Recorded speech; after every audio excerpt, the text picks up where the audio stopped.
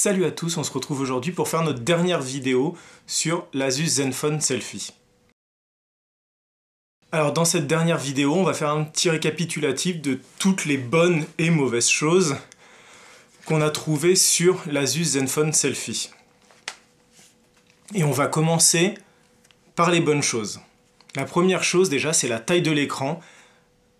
Vraiment immense, c'est du 5.5, du 5 pouces, 5,5 pouces, Full HD, et il est vraiment très beau, beau rendu de couleurs, des beaux contrastes, et franchement, voir une belle photo dessus, c'est très agréable. Vraiment un bon point cet écran. On a beaucoup apprécié le fait qu'on puisse mettre deux cartes SIM. C'est vrai que maintenant, on peut avoir un numéro privé et un numéro pour le boulot. Et en fait, c'est sympa, c'est que dans ce téléphone, donc l'Asus Zenfone Selfie, on peut mettre deux cartes SIM. Mais aussi, si on ne met qu'une carte SIM, on a aussi une place pour mettre une carte SD. C'est vrai que maintenant, on a l'habitude d'acheter son téléphone avec une capacité de mémoire déjà proposée et de ne pas pouvoir l'augmenter. Donc là, on peut mettre des cartes SD et donc augmenter 32, 64 Go, de rajouter en plus pour stocker ses photos et ses vidéos. Pour ça, forcément, il faut que la coque soit amovible. Donc c'est vrai qu'on l'avait vu à l'arrière, la coque peut se détacher et on peut accéder donc à la carte SIM, à la carte SD, mais aussi à la batterie. L'intérêt du Zenfone Selfie, c'est le mode photo, c'est les photos. Et là-dessus, il y a plein de bonnes choses. Déjà, en face avant, comme vous pouvez le voir ici, on a un flash et un objectif de bonne qualité. Ça veut dire fini les selfies dans l'ombre terne. Maintenant, il y a le flash.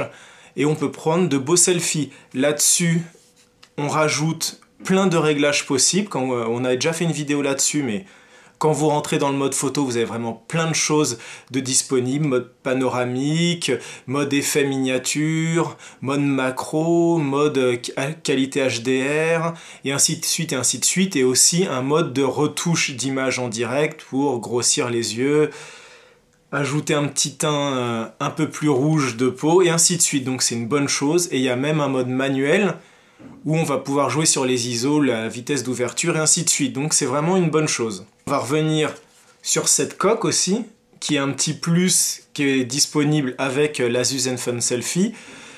Quand on achète une coque spécifique, le fait de l'enclencher, donc on en a déjà parlé, débloque voilà, des fonctionnalités supplémentaires. C'est original, c'est pratique, franchement on adore. Le Zen Motion, très pratique, pas besoin d'allumer son téléphone. On trace un signe sur l'écran et ça reconnaît tout de suite l'application qu'on lui a attribuée. Donc ça peut être Twitter, Instagram, on en a déjà parlé, mais aussi le S pour enclencher le mode selfie, le C pour enclencher le mode caméra, etc. etc. Plein de points positifs et surtout pour un téléphone qui fait moins de 300 €.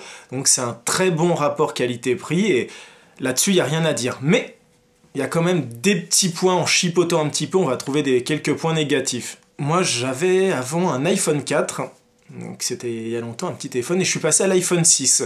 L'iPhone 6 que j'ai trouvé grand au début, et même maintenant, alors que je m'y suis habitué, je trouve que c'est quand même un grand téléphone. J'ai pas essayé l'iPhone 6 Plus. Et donc cet Asus Zenfone Selfie est plus grand que mon iPhone 6 et je trouve notamment qu'il est beaucoup trop grand. C'est vraiment un format de téléphone maintenant que je trouve immense, qui se rapproche presque d'une petite tablette.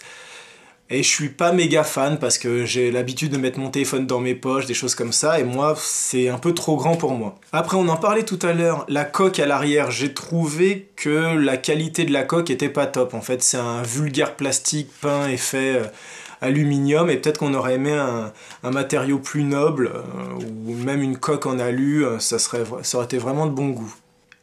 Le bouton son en fait qui est à l'arrière. On est beaucoup habitué avec nos téléphones maintenant à avoir le bouton son sur les côtés pour régler le volume, et c'est vrai qu'en mode appel, appuyer sur le côté c'est devenu un réflexe naturel, et j'ai pas trouvé ça super pratique de mettre le truc ici, même pour déclencher une photo ou un truc comme ça.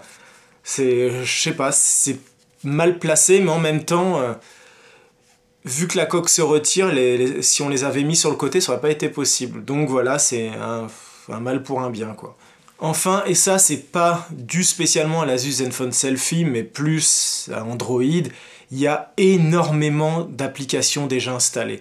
Et là, à tous ceux qui se procureraient ce téléphone, le premier conseil à faire une fois qu'il est allumé, c'est d'aller dans les réglages et commencer à faire le tri et à virer tout ce qui est installé par défaut.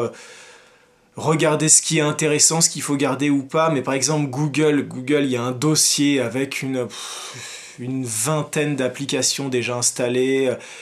Par-dessus, on rajoute la couche Asus qui eux aussi proposent leur application, donc il y a encore plus d'applications.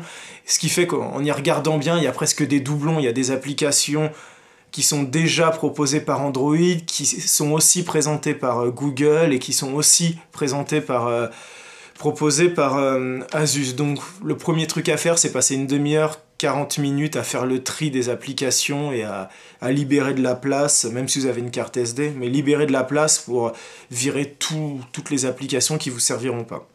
On a terminé, c'était notre 6e et dernière vidéo de test pour l'Asus Zenfone Selfie. J'espère que ça vous a plu. Si vous ne les avez pas toutes vues, c'est pas bien. C'est pas bien, mais c'est pas grave. C'est possible, vous allez sur notre chaîne BibiBuzz TV et vous allez voir, normalement, il y a une playlist avec toutes nos vidéos tests de l'Asus Zenfone Selfie. Forcément,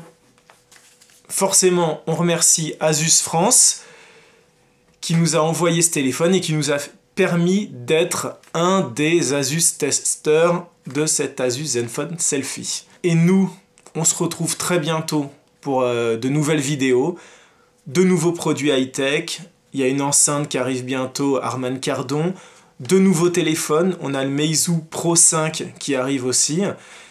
N'hésitez pas à vous abonner, n'hésitez pas à liker cette vidéo, à la partager, à la commenter. Voilà, je vous dis à très bientôt. Ciao!